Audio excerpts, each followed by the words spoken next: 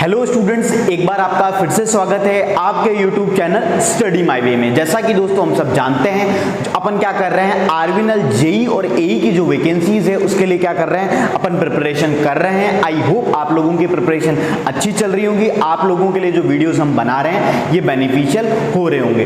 तो आज हम बात करेंगे पावर सिस्टम से रिलेटेड। पावर सिस्टम से रिलेटेड ऑलरेडी कुछ वीडियोस अपलोडेड हो चुके हैं, तो आई होप आपने वो वीडियोस देखे होंगे और आप एक एक करके एक एक टॉपिक जो भी जैसे नेटवर्क सिस्टम पढ़ रहे हैं, नेटवर्क थ्योरी पढ़ रहे हैं या फिर अपन जो भी टॉपिक पढ़ रहे हैं उसको आप समझने की कोशिश कर रहे होंगे। तो बात करते हैं अपन पावर सिस्टम में आज। तो पावर सिस्टम में अगेन जो आपको पता ही अपना मेथड पढ़ने का क्या है, with the help of short notes हम क्या कर रहे हैं, कॉन्सेप्ट्स को सीख रहे हैं और एक इफिशिएंट कम समय में इफिशिएंटली अपनी प्रिपरेशन को धीरे धीरे करके स्ट्रॉन्ग करते जा रहे हैं। तो बात करते हैं हम सबसे एक पॉइंट की बात करेंगे यहाँ पे, प्लग सेटिंग मल्टीप्लायर। इसकी बात कर रहे हैं पीएसएम, प्लग सेटिंग मल्टीप्लायर। तो प्लग सेटिंग मल्टीप्लायर, जब भी हम प्रोटेक्शन की बात करते हैं, रिलेज की बात करते हैं, तो वहां पे एक आपका एक कॉन्सेप्ट निकल के आता है प्लग सेटिंग मल्टीप्लायर। इस प्लग सेटिंग मल्टीप्लायर के बारे में अगर मैं आपसे बात करूं तो प्लग सेटिंग मल्टीप्लायर में अगर आपने कभी अपने इंजीनियरिंग कॉलेजेस में आपने एक रिले का सर्किट बोर्ड देखा होगा, उसके अंदर क्या होता है कि जो रिले की सेटिंग की जाती है, जिसका एक नॉब सी होती है जिसको आप उसमें इंसर्ट करते हो, जितना जैसे सपोज आप 0.2 पे, 0.3 पे, 0.5 पे, तो उसके अकॉर्डिंग क्या होता है, जो रिले की जो रेटिंग है कि कितने करंट को उसको सेंस करना है वो अपन कर पाते हैं। तो ये वहां से कॉन्सेप्ट निकल के आता है पीएसएम। क्या निकल के आता है, पीएसएम, और उसे हम बोलते हैं प्लग सेटिंग मल्टीप्लायर। तो इस प्लग सेटिंग मल्टीप्लायर को निकालने का जो स्टूडेंट्स फॉर्मूला अपने पास निकल के आता है वो ये आता है, और जेई का one of the important question और इवन आईएएस का भी one of the important question होता है पीएसएम निकालना। तो आपको न्यूमेरिकल में यूजुअली क्या दिया होता है, फॉल्ट करंट दिया हुआ होता है। तो आईएएस का मतलब क्या है, फॉल्ट करंट। क्या है, फॉल्ट करंट। फिर यहां पे करंट की सेटिंग आपको क्वेश्चन में गिवन होती है, लाइक 50%, 60%, मतलब लाइक 0.5, 0.6, ये क्या होती है, आपकी करंट सेटिंग होती है। और फिर मैं बात करूं जो वहां पे सीटी यूज होती है, करंट ट्रांसफार्मर यूज होता है, उसकी सेकेंडरी रेटेड और सीटी रेशियो का जो करंट का रेशियो होता है, सपोज 20/5 आपने ऐसे देखा होगा, 100/5, जो भी आपको क्वेश्चन में गिवन हो उसके अकॉर्डिंग आप इसको निकालते हो। तो आपका जो अल्टीमेटली पीएसएम का फॉर्मूला बन के आता है वो क्या आता है, IF इज इक्वल अपॉन क्या निकल के आया, करंट सेटिंग जो भी आपको दी हुई है इनटू सीटी सेकेंडरी रेटेड इनटू सीटी रेशियो करंट। समझ में आया? तो इसको आप लिख लीजिए, ठीक है ना। तो पहला पॉइंट हो गया अपना। चलो अब बात करते हैं दूसरे पॉइंट की। हम बात कर रहे हैं किसकी, शंट रिएक्टर्स की। We are talking about the shunt reactor. तो शंट रिएक्टर आप सभी जानते हो, हम क्या करते हैं, एक शंट के अंदर एक अलग से जो रिएक्टेंस है तो उसका क्या होता है, रिएक्टर को हम यूज करते हैं। अब देखिए shunt reactors are use to, क्या काम लिया जाता है, bring down receiving end voltage, bring down receiving end voltage during light load condition और no load condition to overcome the Ferranti effect. इधर देखिए मैं बात करूं, आपने क्या, मैं मान लीजिए ये आपकी क्या है, लोड साइड है। लोड साइड में हमने क्या कनेक्ट कर दिया, एक आपका शंट रिएक्टर ये हमने कनेक्ट कर दिया।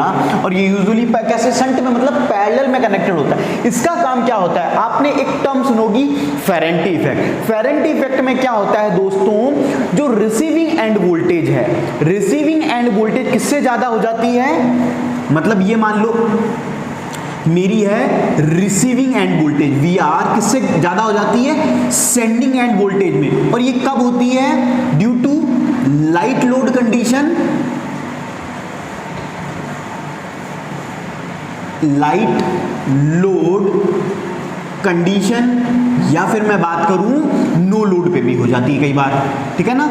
तो ये एक ऑब्वियसली भाई इससे क्या होगा भाई, जो भी रिसीविंग एंड पे जो भी रेटिंग्स है, जो भी रजिस्टर्स है, रिएक्टर्स है, इंसुलेशन है, उसका ब्रेक होने का क्या हो जाएगा, चांसेस हो, क्योंकि एक सेट लिमिट से वोल्टेज क्या कर गया है, इंक्रीज कर गया है। तो यहां पे मैं बात करूं तो रिसीविंग एंड वोल्टेज किस में ज्यादा हो गया, तो ये क्या होता है आपका फेरेंटी इफेक्ट। तो अब इसको आपको कम करने के लिए हम क्या यूज करते हैं, शंट रिएक्टर को हमें यूज करते हैं, जो क्या करता है, आपकी किसको एब्जॉर्ब करता है, रिएक्टिव पावर को एब्जॉर्ब करता है। रिएक्टिव पावर को एब्जॉर्ब करने की वजह से आप सभी जानते होंगे, आपको मैं बता भी दूं, नहीं भी जानते हो, Q इज डायरेक्टली प्रोपोर्शनल होता है V के, और जो आपका एक्टिव पावर प्रोपोर्शनल होता है that is del, load angle या फिर लोड एंगल जो आपका होता है उस पे।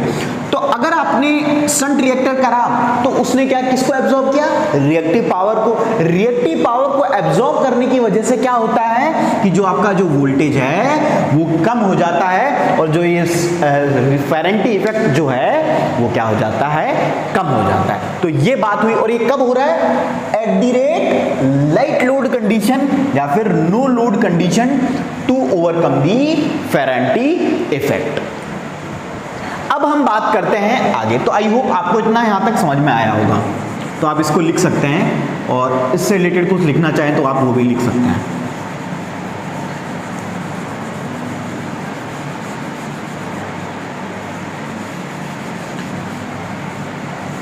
अब देखो हम बात करते हैं नेक्स्ट थिंग की।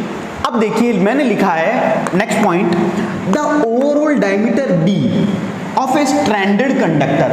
हम बात कर रहे हैं ट्रांसमिशन एंड डिस्ट्रीब्यूशन के अंदर अपन क्या पढ़ते हैं, वहां पे अपन कंडक्टर्स को, स्ट्रैंडेड कंडक्टर्स आपने पढ़ा होगा, ट्रांसपोजिंग पढ़ा होगा कि एक कंडक्टर के ऊपर दूसरा कंडक्टर लगाया जाता है ट्रांसमिशन लाइंस में। तो उसी की अपन बात कर रहे हैं कि the overall diameter D of A stranded conductor. मान लीजिए ये कोई स्ट्रैंडेड कंडक्टर है जिसका ओवरऑल डायमीटर कितना है, डी है।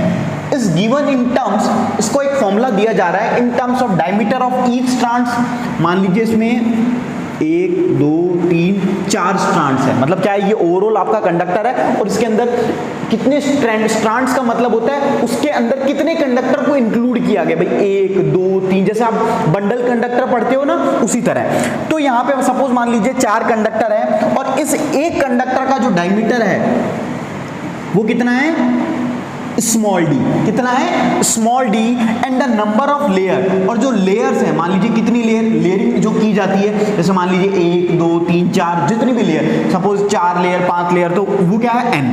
तो जो अल्टीमेटली जो डी निकल के आता है कौन सा, जो ओवरऑल जो डायमीटर है स्टैंडर्ड कंडक्टर्स का, वो क्या फॉर्मूला बन के आता है, 2 = 2 into n minus 2 into 2n minus 1 into D. तो सपोज यहाँ पे अगर ये 4 हो तो 4 2 जा 8, 8 माइनस 1 7, 7 2 जा 14, तो कितना आ गया 14d for n is equal to, क्या लिया था अपन ने, 8 लिया था ना, सॉरी 4 लिया था, तो 4 n इज इक्वल टू 4। तो ये बात हुई आपकी किसकी, स्टैंडर्ड कंडक्टर। ये क्वेश्चन आपसे पूछा जाता है, one of the important concept हो। तो आई होप आपको समझ में आया होगा। चलो अब आगे चलते हैं, चार्जिंग करंट। मैं बात कर रहा हूं किसकी, charging current, that is IC। Charging current को किससे डिनोट करते हैं। अब चार्जिंग करंट आता कहां है, चार्जिंग करंट आप जब भी पढ़ते हो ट्रांसमिशन लाइंस में, अपन क्या करते हैं, रिसीविंग सेंडिंग एंड से अपन ने वोल्टेज दिया और अपन उसको क्या करते हैं, जो आपका रिसीविंग एंड पे है वहां पे लोड से टैप करते हैं वोल्टेज को, करंट को। तो जब आप अप्लाई करते हो, क्या अप्लाई करते हो, वोल्टेजेस को अप्लाई करते हो, तो वहां पे कॉन्सेप्ट आता है दैट इज चार्जिंग करंट का। अब बात आती है चार्जिंग करंट का कॉन्सेप्ट क्या होता है। चार्जिंग करंट का कॉन्सेप्ट क्या होता है, जब लाइंस, जो हम बात कर रहे हैं ट्रांसमिशन लाइंस की, वो लोडेड नहीं होती है तो उसके अंदर कोई करंट नहीं हो। अब जब आप उसको लोड करना है, उसके अंदर चार्जेस को फ्लो करवाना है, तो आपको उसको एक तरीके से चार्ज करना पड़ेगा। अगर आप चार्ज नहीं करोगे तो कंटिन्यूअसली जो पावर का फ्लो है सेंडिंग एंड से रिसीविंग एंड के बीच में, वो पॉसिबल नहीं होगा। तो उसी के लिए हम क्या करते हैं, चार्जिंग करंट का कॉन्सेप्ट आता है। अब बात करते हैं व्हाट इज चार्जिंग करंट। तो charging current is the current, important है ये भी, charging current is the current flowing through capacitance of a transmission line which leads the supply voltage, which leads the supply voltage by 90 degree. तो ये बात कही जा रही है, मतलब ये वो करंट है जो क्या करता है, करंट फ्लोइंग थ्रू कैपेसिटेंस। अब आप जानते होंगे, मैं यहां बताता हूं,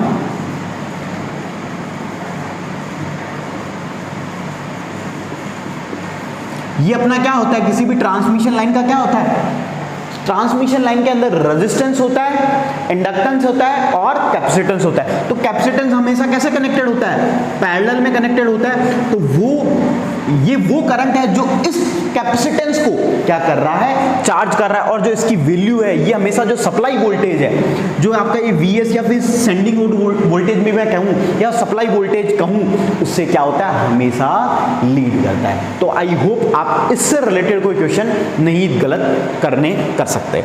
ठीक है, तो यहां तक आपको समझ में आया होगा। अब आगे चलते हैं। अब देखिए, ए पावर सिस्टम रिक्वायर्स, बात हो रही है पावर सिस्टम की, a power system requires a considerable amount of reactive power. एक कोई भी पावर सिस्टम में दो प्रकार की पावर की रिक्वायरमेंट होती है। That the first one is the most important, the active power, and the second one it is also one of the most important.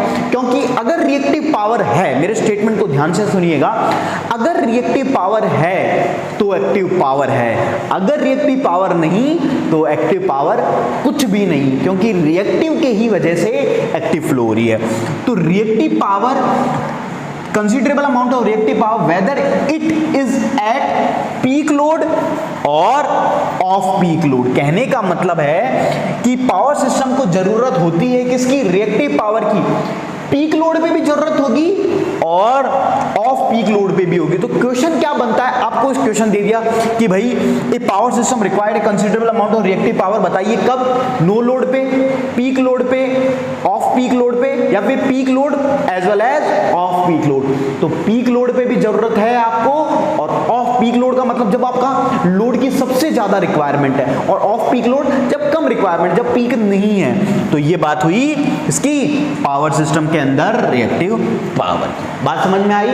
I hope समझ में आई होगी। अब आगे चलते हैं, बात करते हैं सीथ लॉसेस की। सीथ लॉसेस कहां का कॉन्सेप्ट है, मैंने जो केबल, अंडरग्राउंड केबल, जब अपन एक टॉपिक पढ़ते हैं तो वो टॉपिक का मैंने पूरा का पूरा वीडियो डाल रखा है। One of the important video है वो, आप आई होप आप लोगों ने देख लिया होगा, पावर सिस्टम का वो वीडियो है। आप नहीं देखा है तो आप वो वीडियो देख सकते हो ना, उससे एक क्वेश्चन आना बहुत कॉमन है, मतलब केबल से।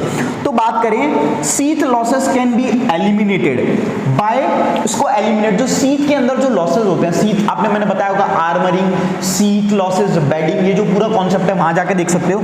तो इसको कैसे एलिमिनेट किया जाता है, by transposing the cable along with cross bondings. कहने का मतलब ये है कि जैसे मान लीजिए ये एक वायर है ना, इसको क्या कर दो आप, सिंपली ट्रांसपोज कर दो। ट्रांसपोज का मतलब होता है कि लाइक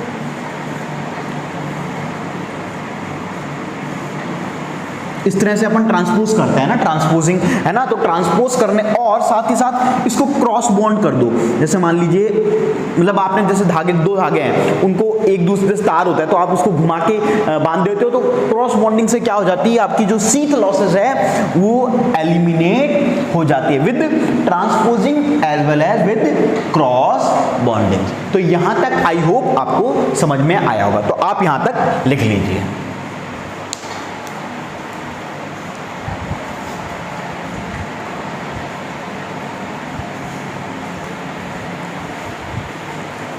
तो अब अपन आगे बात करते हैं आगे के कुछ पॉइंट्स के बारे में, कुछ नोट्स के बारे में। चलो, तो आई होप आपको वहां तक समझ में आया होगा, और आगे अपन बात करते हैं पहले पॉइंट की तरफ। अब देखिए, हम बात करेंगे, the next point is kick fuses. Kick fuses एक प्रकार के फ्यूज, आप जानते होंगे, फ्यूज के बारे में अभी अपन डिस्कशन भी करेंगे। तो किक फ्यूजेस अपन बात कर रहे हैं प्रोटेक्शन के अंदर, तो वहां पे रिलेज के अंदर क्या होता है कि अलग अलग फ्यूजेस प्रोटेक्शन का अरेंजमेंट होता है, तो वहां पे एक अलग, एक स्पेशल प्रकार का फ्यूज यूज होता है जिसे हम बोलते हैं kick fuses. Kick fuses are used, kick fuses are used across relay coils. कहां पे हम इसको यूज करते हैं, पहली बात जो रिले की जो कॉइल्स होती है वहां पे हम इसे यूज करते हैं। तो किक फ्यूजेस को कहां पे यूज किया, across the relay coils to prevent relay operation during inrush current of transformers. मतलब हम इसको जब यूज करेंगे जब रिले ऑपरेट कर रही होगी, जब ट्रांसफॉर्मर के अंदर क्या होता है, आपने सुना होगा कि जब भी अपन ट्रांसफॉर्मर को ऑन करते हैं तो they will take a high amount of inrush current which is about 5 to 10 times of the normal current. ये होता है स्विचिंग ऑपरेशन के वक्त जब हम उसको ऑन करते हैं। तो उसको प्रोटेक्शन के लिए हम क्या यूज करते हैं, यहां पे क्या लिखा है, व्हेन दे एनर्जाइज, उसके प्रोटेक्शन के अंदर के लिए हम क्या यूज करते हैं, रिले कॉइल्स के अंदर किक फ्यूजेस, कि भाई वहां से उसे बचा जा सके। ये बात समझ में आई। तो ऐसा अगर नहीं किया जाएगा तो जो आपकी रिले कॉइल है वो क्या खराब हो सकती है। ठीक है, आगे बात करते हैं शॉर्ट ट्रांसमिशन लाइंस के बारे में। अब देखिए ये one of the important point है। ये एक ऐसा क्वेश्चन है जो अनलिमिटेड बार आपसे पूछा गया है, लेकिन उसके बावजूद ये आप क्वेश्चन गलत कर देते हो। तो आप इसका कॉन्सेप्ट को यहीं पे क्लियर कर लो और समझ लो, और यहीं पे इसको याद करने की, मेमोराइज करने की कोशिश कर लो कि क्या क्या है। बात करें शॉर्ट ट्रांसमिशन लाइन की, तो शॉर्ट ट्रांसमिशन लाइंस जो भी होती हैं उसके अंदर हम कौन सी रिले यूज करते हैं, रिएक्टेंस रिले। अब देखो इस क्यों होता है, इसका मैं एक अलग से रिलेज का शॉर्ट और ये क्या बोलते हैं medium short reactance relay, impedance relay, admittance के लिए मैं एक अलग से सेपरेट वीडियो बना दूंगा 10-15-20 मिनट का, उससे वहां से। लेकिन अभी के लिए आप इतना ध्यान रखो, शॉर्ट ट्रांसमिशन लाइन के लिए क्या यूज करेंगे, रिएक्टेंस रिले।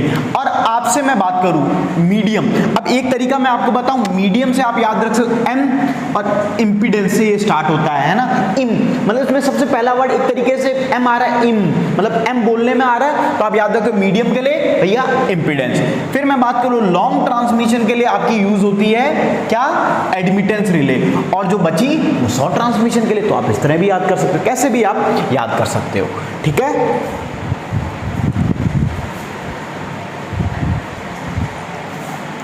अब आगे देखिए हम बात करते हैं किसके बारे में, आइसोलेटर्स के बारे में। आइसोलेटर बहुत बात, सबसे इंपॉर्टेंट थिंग क्या होती है कि इसके बारे में एक तो अपन पढ़ते नहीं है लेकिन क्वेश्चन आ जाता है, तो फिर आप एक तरीके से इसके क्वेश्चंस में मोस्टली तुक्का मारने की कोशिश करते हो। तो आइसोलेटर से रिलेटेड जो भी क्वेश्चन बन सकता है उसके बारे में हम बात करते हैं। सबसे पहली बात, आइसोलेटर, आइसोलेट का मतलब क्या होता है, किसी चीज से दूरी बना लेना, किसी चीज से दूर हो जाना, उसको हम बोलते हैं आइसोलेट होना।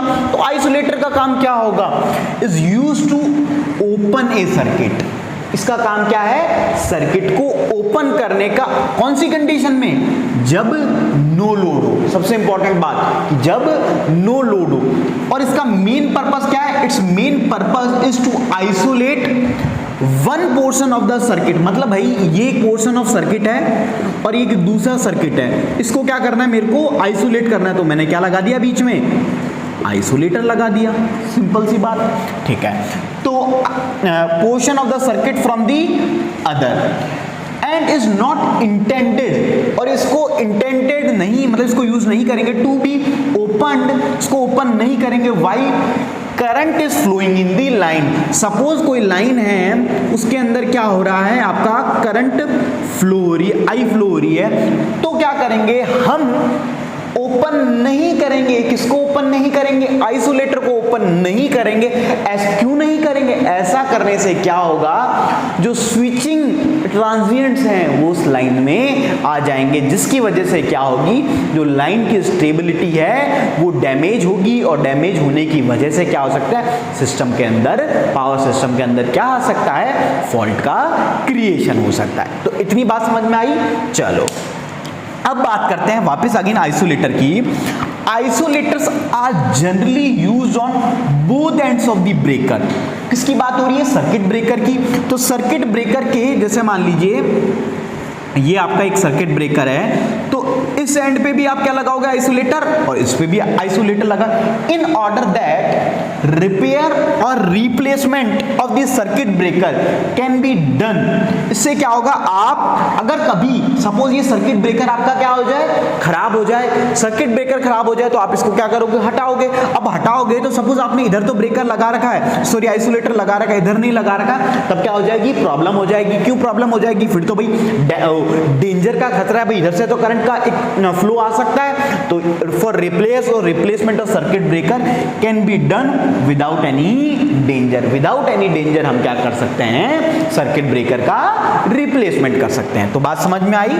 चलो तो आप इसको लिख लीजिए। अब आगे बात करते हैं हम फ्यूज के बारे में।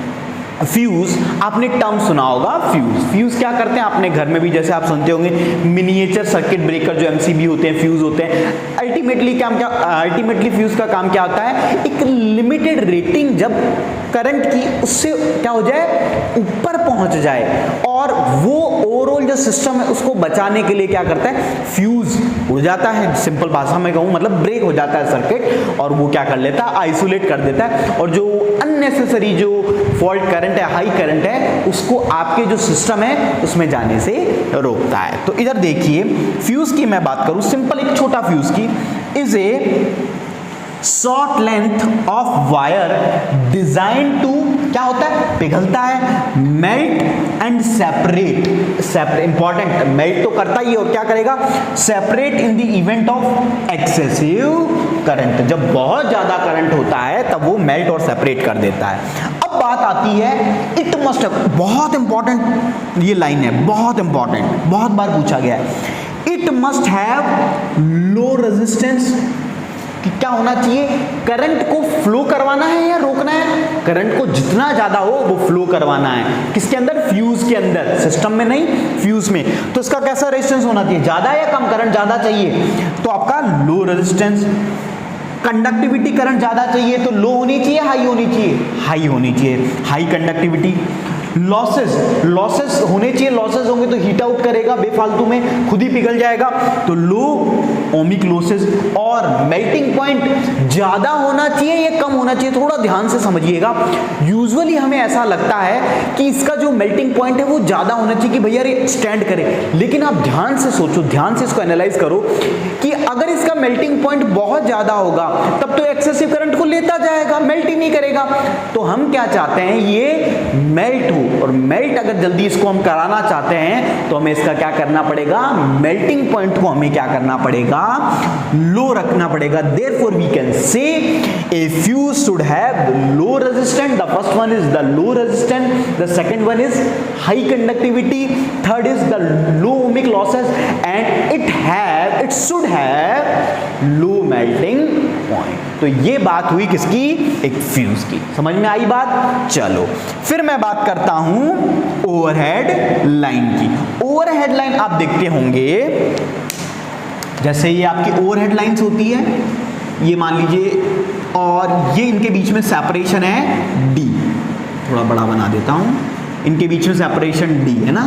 तो ये ओवरहेड लाइंस के अंदर क्या होता है, आपने कॉन्सेप्ट सुना होगा, इंडक्टेंस भी होता है, रेजिस्टेंस भी होता है, और अपन ट्रांसमिशन एंड डिस्ट्रीब्यूशन पढ़ते हैं तो अपन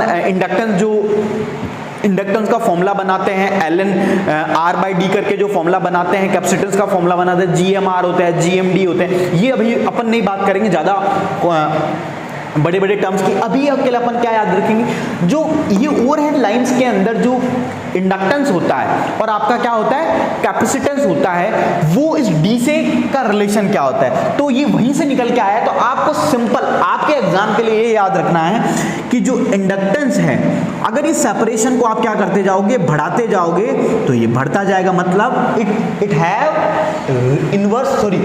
directly relation with the inductance.